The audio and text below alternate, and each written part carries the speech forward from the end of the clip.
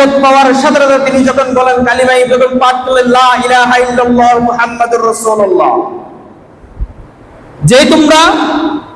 যেই তোমরা রবগুলো মানো, বিভিন্ন উপাস্যগুলো মানো, সমস্ত রবগুলোকে বাদ দিয়ে যে আল্লাহ আমাদেরকে পৃথিবীর জমিনে পাঠিয়েছিলেন, যে আল্লাহ আমাদেরকে পৃথিবীর জমিনে লালন পালন করেন, সেই রবেরই আমাদেরকে ইবাদত করতে হবে। তিনি যখন কালিমা শাহাদাত পাঠ করলেন, সাথে সাথে যারা আল্লাহ আমিন as-সাদিক উপাধি দিয়েছিলেন, তারাই আবার সেই রাসূলকে কবি, জাদুকর, গায়ক, পাগল বলে আখ্যায়িত করেছিলেন, ঠিক না? সেজন্য এখান থেকে একটা বিষয় প্রতীয়মান হয়, যতক্ষণ পর্যন্ত আপনি অন্যায়ের প্রতিবাদ করেন নাই, ততক্ষণ পর্যন্ত আপনি সবার ভালো থাকবেন, ততক্ষণ পর্যন্ত আপনাকে সবাই দেখতে পাবে, ভালো বলবে, ভালো খাওয়াবে, খুব ভালো দেখবে। যখন আপনি অন্যায়ের প্রতিবাদ শুরু করে দেবেন, অন্যায়ের প্রতিবাদ করার সাথে সাথে ইতিপূর্বে যারা আপনাকে ভালো বলছিল তারাই আবার আপনাকে বিভিন্ন গালিগালাজ শুরু করে দিবে। সম্মানিত উপস্থিতি, হযরত ওমর ফারুক রাদিয়াল্লাহু তাআলা তিনি সেই দিন সত্য এবং মিথ্যার পার্থক্য বুঝতে পেরেছিলেন।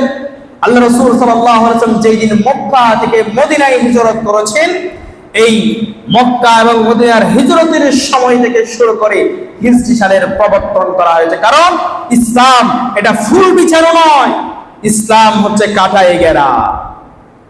ইসলাম ফুলের উপর দিয়ে চলে না। আমরা আজকে শুধু রাসূলের সুন্নাত পালন করি, কোনগুলো মিষ্টি মিষ্টি সুন্নাত গুলো আমরা পালন করতে জানি। রাসূল যে জিহাদ করেছেন, রাসূল যে অন্যায়ের বিরুদ্ধে লড়াই করেছেন, স্টেম ডলার হয়ে দাঁড়িয়ে গিয়েছেন, সেই সুন্নাহগুলো আমরা বাস্তবায়ন করতে জানি না। আজ যদি সেই সুন্নাহর প্রতি আমরা দাবি করতে পারতাম, মানুষের সম্পদগুলো লন্ডন খেতে পারত না, অন্যের উপর জুলুম করতে পারত না।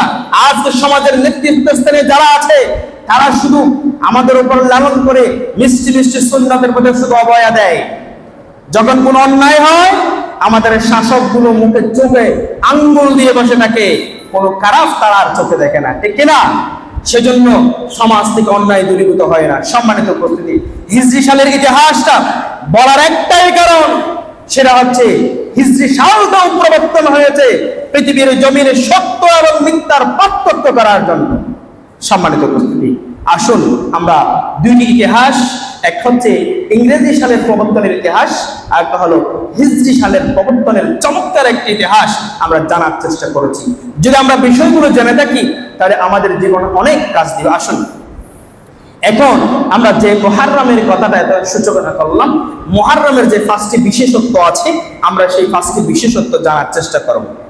নাম্বার 1, মুহররম মাসের বিশেষত্বর ভিতরে এক নাম্বার হচ্ছে এই মাসকে আল্লাহ তাআলা সম্মানিত করেছেন। বলেন কে করেছেন সম্মানিত?